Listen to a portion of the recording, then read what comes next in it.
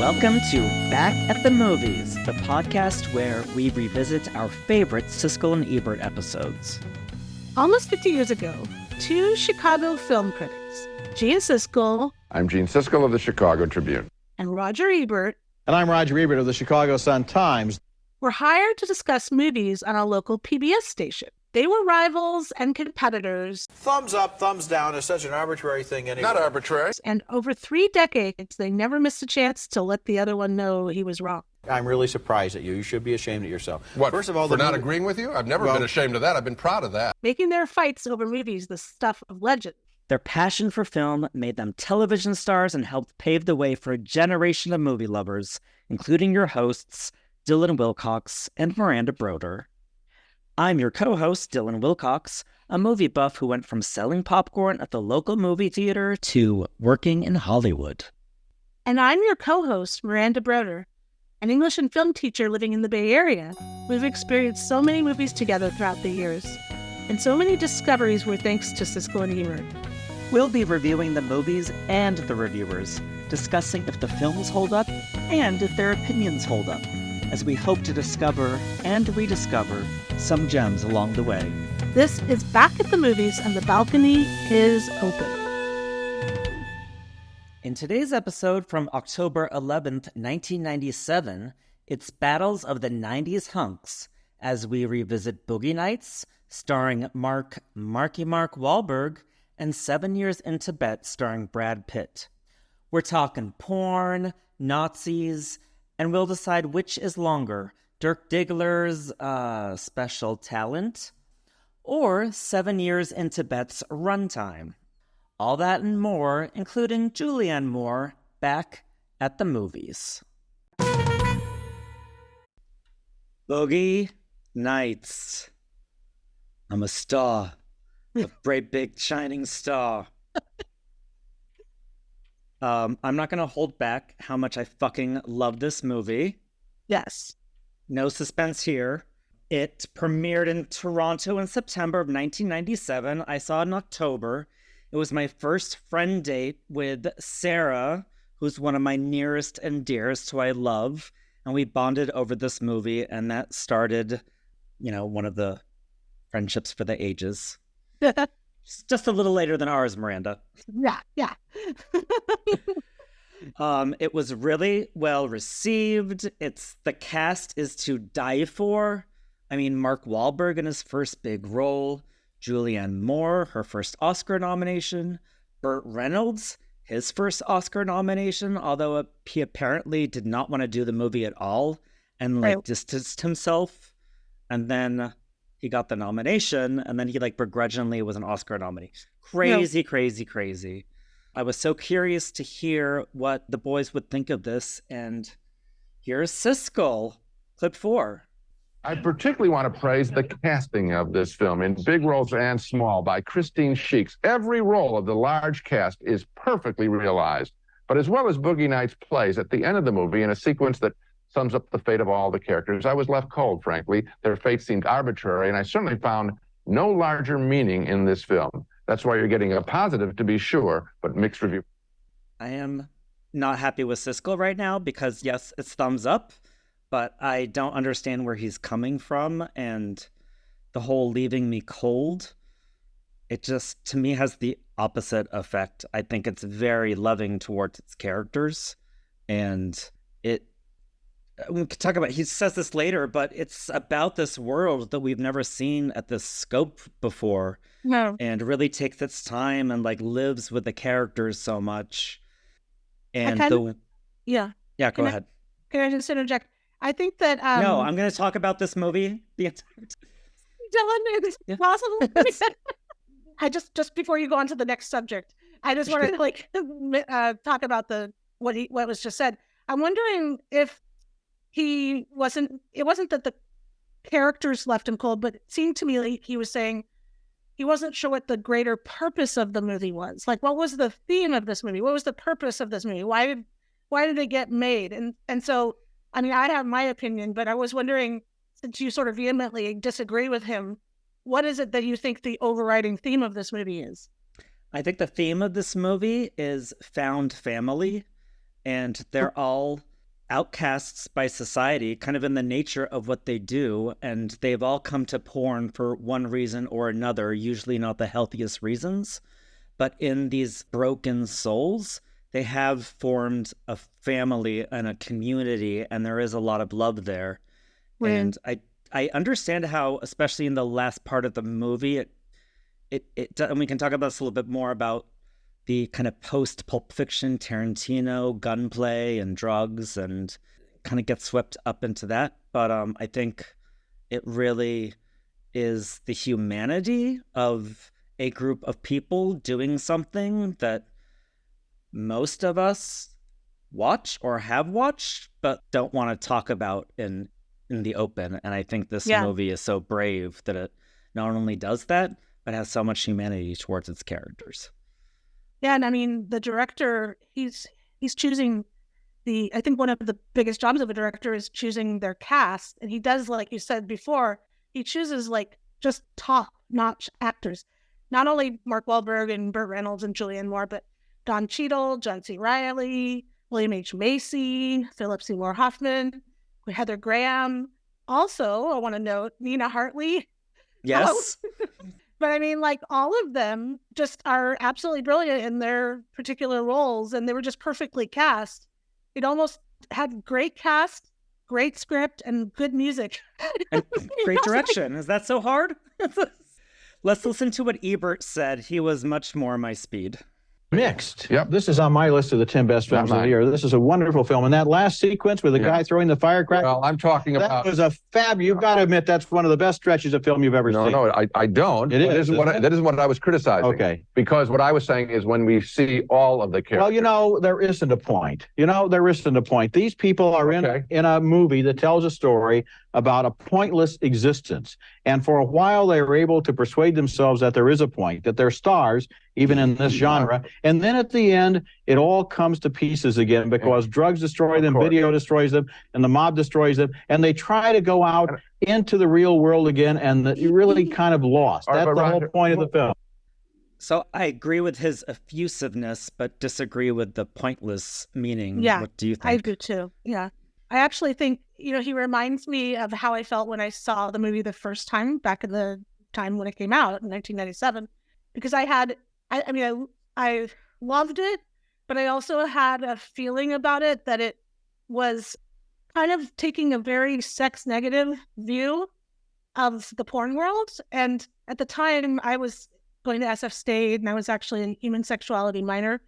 And I was taking this class, and I was actually TAing for a class called Variations in Human Sexuality.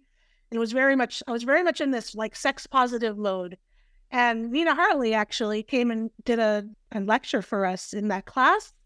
And I talked to her after the lecture and everything. And we were both kind of talking about, because she'd just come off of making Boogie Nights, that it seemed like, to her anyway, she didn't feel like the movie, she felt it failed the sex worker world.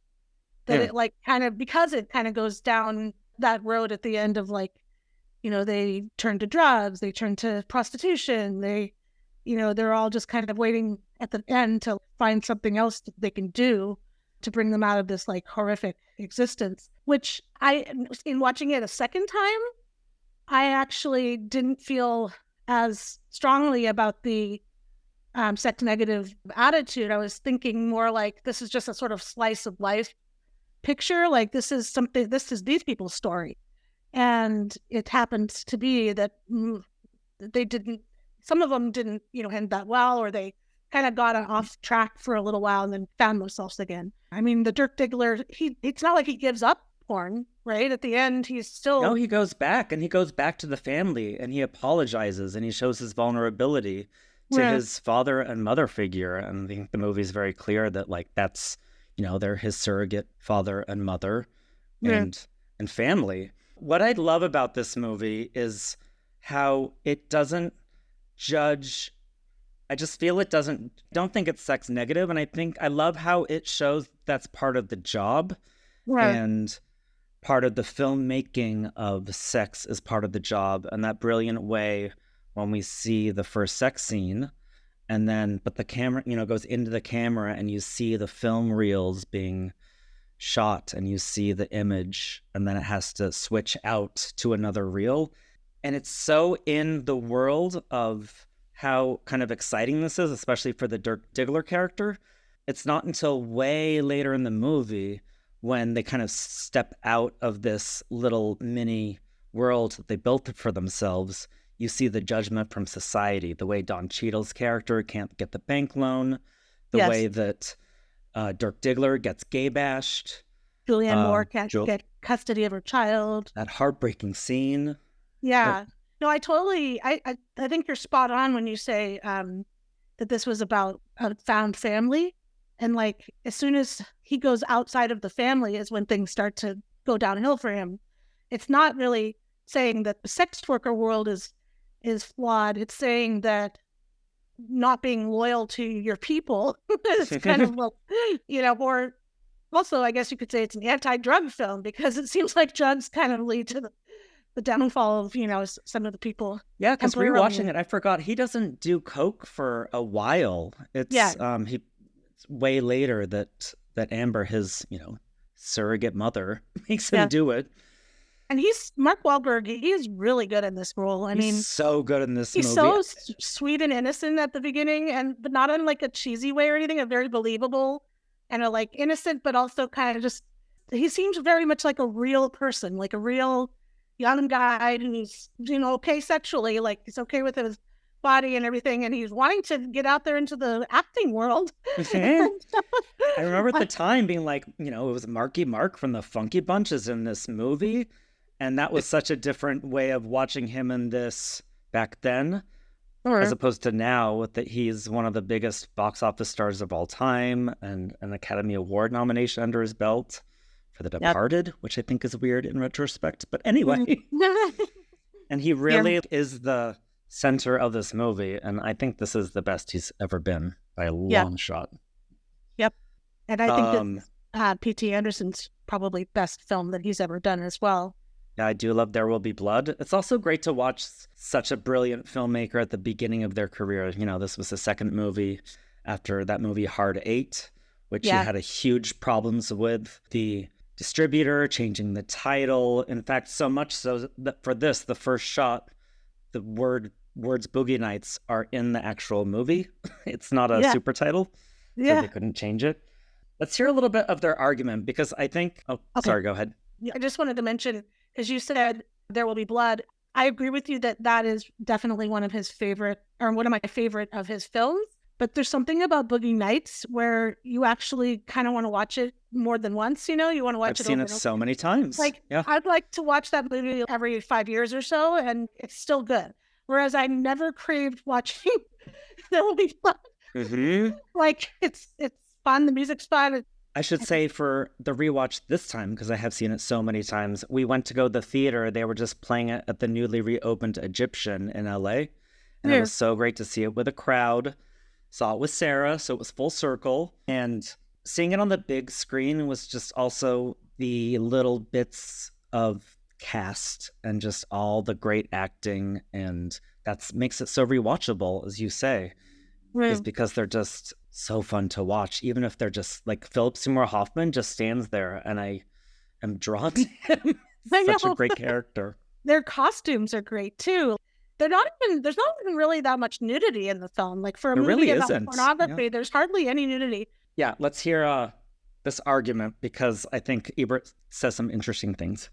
Well, wait, Roger, you just said it has no point, and then you told me what the point was. But beyond that, isn't enough. This is the kind of... Now, what did you want? Wait a second. I am praising the film for its excellence, but it doesn't tell me anything that I didn't know about this world, or that, frankly, if I gave you a camera and shot it, I'm talking about script-wise, not execution. Oh, listen, you can't make a film that think good. About the Julianne Moore character, this woman who has left her husband and her child, who wants to make it as a point, who is really supportive and you've named a very good character and nurturing to the other people in the film, but can't do anything for herself. That's an excellent Talk about character. the Burt Reynolds character. Talk about. I already did. Talk about. You praised him, but you didn't really give an idea of what a fabulous job he does of trying to keep these sad, losing, drifting kinds of people together. This movie shows an entire world. It's a sad world. It's an isolated world in which the dreams of stardom nevertheless keep them going. The dreams of stardom is an old show business cliche, and it happens to be true. It isn't enough to make my 10 best list. It's a familiar subject. I'd really disagree with Ebert on this one. I didn't find it to be that sad of a place. I felt like it was actually a pretty fun looking. They were always partying and swimming and, like. At the beginning, but it does become a sad place. And, there's that underlying sadness of Julianne Moore, and that's kind of what you take away from it. And I do see what Siskel, I guess, is saying in terms of it's a showbiz story, but I so disagree that it's a familiar subject. How many movies have you seen like with porn treated like this ever? Well, I feel like what you said it, you hit on it a little bit before about how it's a sad story once they are confronted with the outside world. The actual depiction of the pornography world seems pretty fun. And that they're like kind of a family, like you said. And, it's just more when they have to come up against the prejudice that people have against sex workers. And it seems to be always, comes down harder on people of color, gay people, women. They're the ones who are getting it the worst, Absolutely. And to put it in kind of a political context, the movie starts in 1977. So it was still much more sex positive, and you had Deep Throat and Behind the Green Door, and porn was kind of mainstream there for a second. Yeah. And then one of the brilliant things the screenplay does is that when it hits the 1980s, that's when everything starts falling apart. So you have Reagan is elected, and then you have this, screech into conservatism. Yeah. At the same time that you have video replacing film. So it's not so much of a thing that you go to like, ooh, let's go see Deep Throat, which totally people saw in the 70s. It was a sensation. Now it's like, oh, we can go back and watching it at home on video and be more shameful about our sexuality in the 80s than they were in the 70s. And also, the very fact, like Burt Reynolds, not wanting to be even associated with the film after, that's just kind of shows that in the 90s, we weren't that much more sex positive. He was very ashamed of being in the film, which is so ironic that he ends up getting, nominated for an Academy Award. But it's like, he didn't want to be a member of a club that would have him as a member. It was kind of a comeback movie for him. Kind of like John Travolta in Pulp Fiction, it was like... Burt Reynolds had not been making a lot of A-grade movies at that moment in his career, and he was kind of, a little bit of... He was perfect for that role, greasy chin. Perfect, and he had done Striptease, remember, a year earlier, and that was a flop, so I think he also didn't want to start getting pegged as now he just does movies about naked people. Yeah. But it's interesting that he just wanted to distance himself from it. And that to me just speaks to the bigger issue, which is there's just so much stigma still. Maybe it's getting a little different now. Like, do you think if this movie came out right now in 2023 that it would have what do you think the reception would be? I think it might be, such a different landscape now. I think it would depend if it was on a streamer or theatrical. It would depend. I do feel like we're in a period right now where people aren't used to seeing sex on screen, and there's a bit more sex negativity in terms of showing it. I feel like Twitter and social media can often overtake a conversation and just now have 15-second responses to movies, and this movie just feels more complex and nuanced, and I don't know if the nuance would hit, and the fact that it's not such a strong plot. No. And it just might get lost. There's not as much of a monoculture right now, so I don't know if, and it did it did $25 million at the box office, which I think is great for a movie like this. And it felt very much of a moment, of an exciting moment in movies when a lot of the studio movies were giving way to this indie movement that really exploded in the late 90s, and this movie was totally part of that time. Do you think it was a little bit... I'd be curious to see what it made a certain amount with the box office, but what about video? I wonder if it did better in kind of like a 9.5 weeks kind of way, where I imagine it did. Bombed in the theater, but then people were like, let's rent it. Well, honestly, now it would be a mini series or a series on HBO. Yeah, that's true. Well, I definitely give it a thumbs up. It's in my top 100 favorite films of all time. I really love it, and it still holds up. It's just, I think I have to put in one more little plug for that scene with the firecrackers. Just such a bizarre, weird, just uncomfortable. Like the music just makes you so completely disgusted. It's so disorienting because it's songs we know and love to this super sketchy scene. You're just like, what's going on here? Who is this guy? Who is this person with? And it's Alfred Molina, who's a fantastic actor, and he pops up later. He just got everybody. Yeah. Wow. And that's such a great moment, too. As chaotic as that scene is, the way the camera just slowly zooms in on Mark Wahlberg's face, and he has that's his come to Jesus moment of, oh shit, if this is, I need to make a different decision right now. And his decision to go back to porn, which most people would be like, not the right call for him. So it is a melancholy. I don't think it's a sad movie, but I do get the melancholy of none of their lives are, they're not all going to be like living in retirement happily together, but at least they do have a family. Yeah, and I think we can't like go away from this without discussing the very last scene. Oh, what do you mean?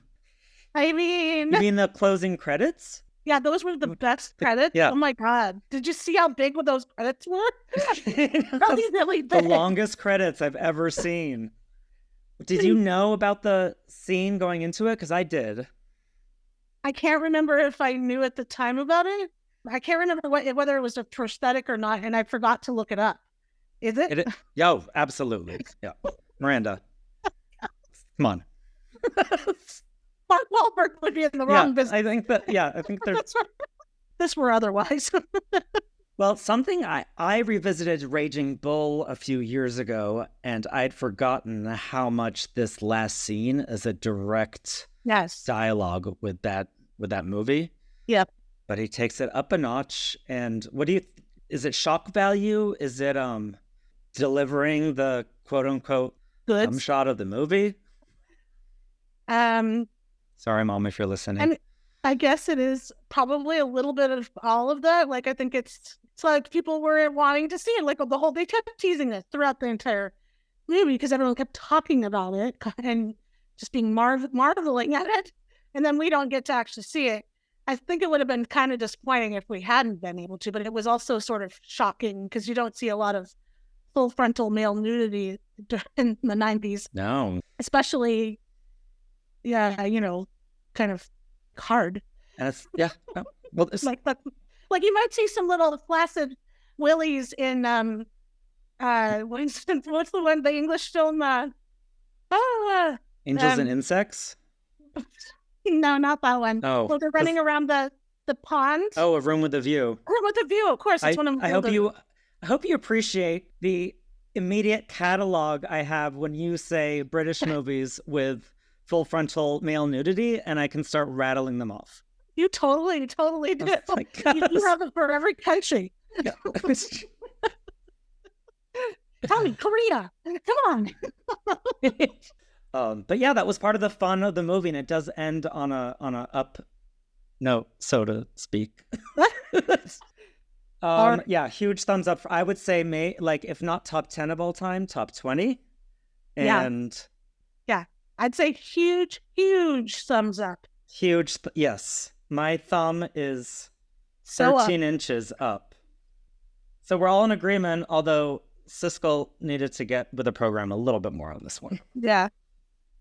He really did seem to have just something up his butt. Not sure what it was, but... Yep. Not the right thing for this movie. So our producer we'll see where this goes, but we just needed everyone to know that we were talking about this after we stopped recording. For the record, the dick is flaccid in the movie, not erect, Miranda. Correction. It was flaccid. I'm sorry. Correction, erection. Correction, erection. And what did you see when you watched this? You were watching it upside down? I don't know. That's flaccid? It just seems to me like, how much bigger could it get? He's a star. Great big shining star. So our next film is 7 Years in Tibet, biographical war drama film, directed by Jean-Jacques Arnaud. And it is about an Austrian mountaineer and his expedition to at the beginning of World War II. And war breaks out, and he and his partner are both imprisoned in a POW camp. And they escape and go to Tibet and start a life in Tibet. And it's kind of a look into a world that isn't always talked about at that point in time. And let's hear what Siskel and me say. I like the film enough to have my young daughters see it. And I mention that because I think it's a good picture as a primer on the Tibetan-Chinese conflict. I do wish Pitt's character, truly controversial in real life, were better written here. We don't learn much about him, and the film does gloss over his Nazi past. Instead, it does focus, and we focus on the young Dalai Lama character. He's played beautifully, as I mentioned, and we can't help but thrill to his messages of peace and tolerance for all creatures, human and animal. In those scenes, I think 7 Years in Tibet is a true joy. And I should say that it stars Brad Pitt, of all people, and David Thewlis. Brad Pitt with the best haircut a mountaineer has ever had, ever. The best haircut, but the absolute worst Austrian accent. He wins an award for his haircut. But somebody needed to give the boy a little bit of acting advice. You know, I had never seen this movie before. Me neither. It came out, and at the time, I think I was like, I wasn't a huge, unlike you, Dylan, I was not actually a huge Brad Pitt fan at the time. I did not love him in Thelma and the Wheaties. I didn't see what it was so, like, you know, sensational about him, like looks-wise. He wasn't my type. And so there was nothing really to, I mean, if I'm not attracted to the main character, I'm not going to go see a movie. No, I'm just kidding. I just want to correct the record. I wasn't like a huge Brad Pitt fan in the 90s. Okay. I love Thelma and Louise. Yes. But I didn't love Interview with the Vampire. I didn't see Legends of the Fall. I hadn't seen this one before. Okay. My name is clear. And I was in the closet. What do you want? Okay, I'm sorry. I apologize. You were not a huge Brad Pitt fan. But anyway, so he... But he could really get it in this movie, I gotta say. I'm retroactively a big fan. Yeah. Well, I actually agree with you on that. Like, at the time when this came out, he wasn't my type. But I actually could see the appeal more after watching this movie. He's pretty cute in it. He's a total asshole, but he's very and cute. A Nazi. Yeah. Which I feel like Siskel glided over the fact that he's a Nazi in his review, much like the movie glided over the fact that he's a Nazi. Let's hear what Ebert said, and then we can talk on the other side. Yes. Well, I don't think it focuses on the Dalai Lama enough. And I think, in fact, this movie makes the crucial error of having the wrong point of view, because really the story is about the young Dalai Lama growing up in this forbidden city and being forced into the modern world by World War II. Well, it's about their relationship. And then recruiting a tutor who helps him by building a movie theater for him, showing him a globe of the world, giving him history and geography lessons, helps him to become a modern leader. Now, unfortunately, it takes us well over an hour to get to those scenes. And I have seen before, and so have you, mountain climbing scenes, better done. Prisoner of war camp scenes, better done. Right. The first hour of this movie is essentially spinning its wheels. Totally agree. Yeah. I did not like this movie. I really disliked it. And the first hour was so boring. Yeah. I didn't love it. It's not like a great movie. I don't need to see it again or anything like that. But I did appreciate certain things about it. I actually I don't see a lot of mountaineering movies, contrary to popular belief. Setting the record straight, along with my just setting the record Brad straight. Pitt revisionism. Before Dylan accuses me of being a mountaineer, like aficionado or something. But no, I actually found those scenes of climbing up the mountain pretty riveting, but also just freaky and scary. And why would anyone want to do that? And I think that I was drawn in. I was much more drawn into the movie than I thought I was going to be. I thought it was going to be super boring throughout, and I actually did I liked how they took a little bit of their time in getting to know some of the side characters. Like and some of the Tibetan culture. And I think they go on an episode to talk a little bit about that. But they, that part I did actually enjoy. But like you said, it's very much a Hollywood movie. It glosses over a lot of things. It's you kind of wonder, like, talk about what's the point? What is the point? I was like, what are we doing here? Let's hear them fight about it or talk about it. Yes. And then I'll say my piece. Okay. I thought, you understand the basis on which I really like the picture. You don't think that those... but you often accuse me of just taking a little bit out of a picture, and I'm telling you, you're doing the same thing here, because there isn't nearly enough of the Dalai Lama in this film, and there's way too much mountain climbing and boilerplate. If I were to, I'd like more of the good parts. Mm-hmm. Yes, and yes, the first hour is not but it's a 2 hour and 30-minute movie, 2:15, so I haven't taken a little part. I've taken about an hour at least that I think is rather potent, and I think... Okay. Really? So you're voting thumbs up? Absolutely. It's a close call for me, but I had to vote thumbs down because I really felt that it wasn't focused in the direction. The good heart that comes out of this, and I'm not trying to intimidate you with having you pretend to be anti-Buddhist. I am in favor of I know that. I really am. No, I know that, and I anticipated that. But I'm saying is there's something very powerful coming out of this picture when it gets it right. They seem to be really getting under each other's skin this episode. For a movie about Buddhism. I know. He's like, I'm not against good hearts. I think Siskel was feeling, I think Ebert was appropriately kind of running circles around him about arguing why he felt the way he did about these movies. And right. I agree with Ebert totally that I wasn't... Well, first of all, I remember some controversy about this movie, and around it when it came out, it was like, oh, he was a Nazi. And he was much more of a Nazi. The movie does totally wash over that fact and like, oh, he was like a good Nazi and not really like a Nazi, saying he's from Vienna or he's Austrian and not German. Apparently he was much more pro-Nazi. So that totally colored my perception of the rest of the movie, and it just felt to that trap of white savior. And let's talk about the Tibetan culture and the history with China, but as long as it revolves around Brad Pitt making sure things are okay with the son he deserted, I just didn't buy it. And because I didn't trust the movie and the character's point of view to be accurate or like getting history right, it made it even more boring, because I was like, I don't know what I'm learning here, because I'm not well-versed in the history of Tibet, and which I would like to be more. But this movie, I was like, I feel even less informed just because I don't know what's true or not, because I didn't trust the filmmakers telling a story that accurately reflected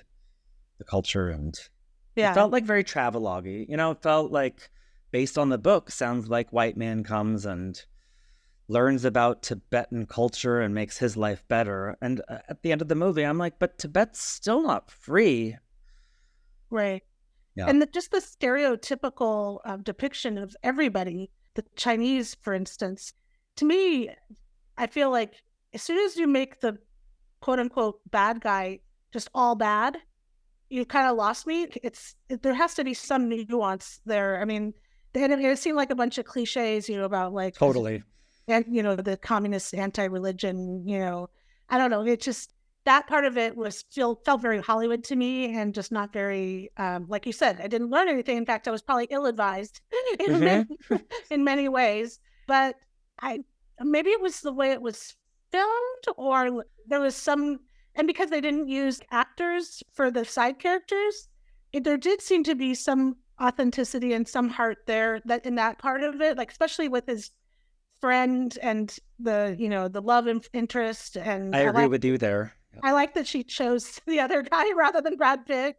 She had some taste there, and didn't just go for like the shiny shoot one. Yeah, and that history, and I did want to hear more, learn more about that, and I was frustrated. I totally agree with Ebert that like the first hour is so sloggy, and it's not even about what the movie's about. I feel that they rushed through the history with China's invasion, and that did lead to a lot of cliches and a lot of stereotypes, and lack of nuance because they were just trying to, it was like they wanted to get through that part as quickly as they could so they could get back to Brad Pitt's Nazi and his relationship with his son. I'm just like, I don't care.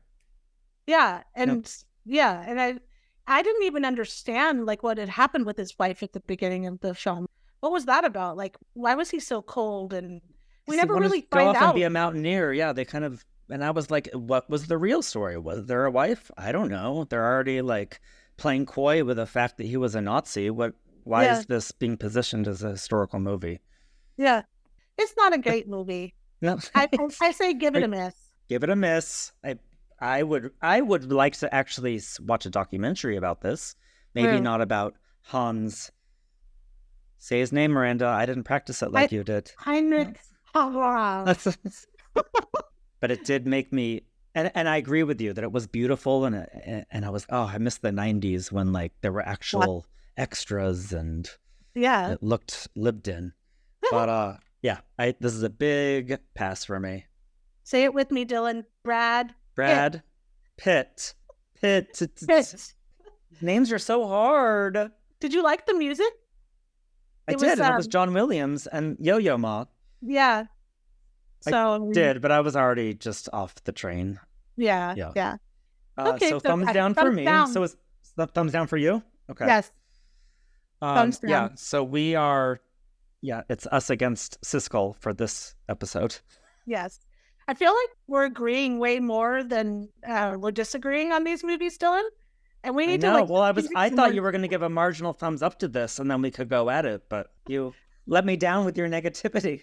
I mean, how could I? When you brought up the Nazi business, it's like it's like he's a Nazi. What do you think, Miranda? Oh, well, I thought it was great. What's wrong with having Nazis as heroes? Don't quote me on that. No. See if we edit that out. Thanks for listening to Back at the Movies. I'm your host, Dylan Wilcox. And I'm your host, Miranda Broder. You can find us on social and Letterboxd at BATMPOD. That stands for Back at the Movies Pod. We'd like to thank our producer, Travis Bone, and Jay Edwards for the original music. If you enjoyed our podcast, please give us 2 thumbs up by rating us 5 stars on Apple, Spotify, or anywhere you listen. That's our show, and until next time, the balcony is still closed.